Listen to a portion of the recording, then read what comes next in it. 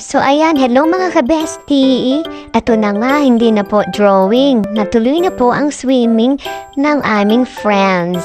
So ayan, nandito po kami ngayon sa Ternate, Cavite. Kung saan, ayan po, maraming naliligo, maraming nagpa-reserve at iba-iba pa po ata itong mga lugar po sila.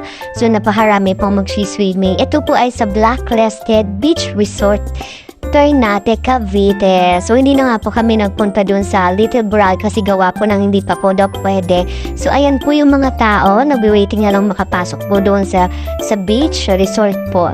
Yan, mga naka-reserve po yan. Patigan na po kami kasama na po dyan. So, napakarami po talaga ng mga po. Pag after nakapasok, ayan na po. Nakita niyo na po, napakadami pong naliligo. At bawat po cottage ay punong-puno po ng tao. So, ayan, mula dulo po yan. Kakatabi-tabi po mga resort iyan. So, dito kami malapit sa may dagat para sigurado na mas malapit kami sa tubig pag maliligo. So, ayan ang aming cottage. Diyan, ayan ako. Todo, ayan, live view lamang po. So, ayan, ang dami talagang naligo. Unexpected talaga. So, napakaganda din. Napakaaliwalas ng tubig.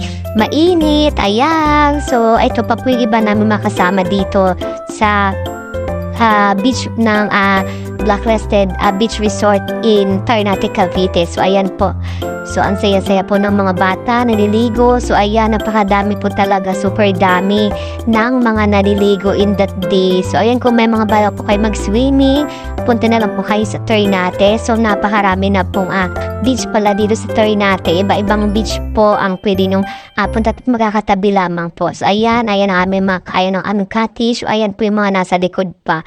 So, yan, napakasaya ng araw na yan. So, ayan, thank you nga pala and good luck pa ba?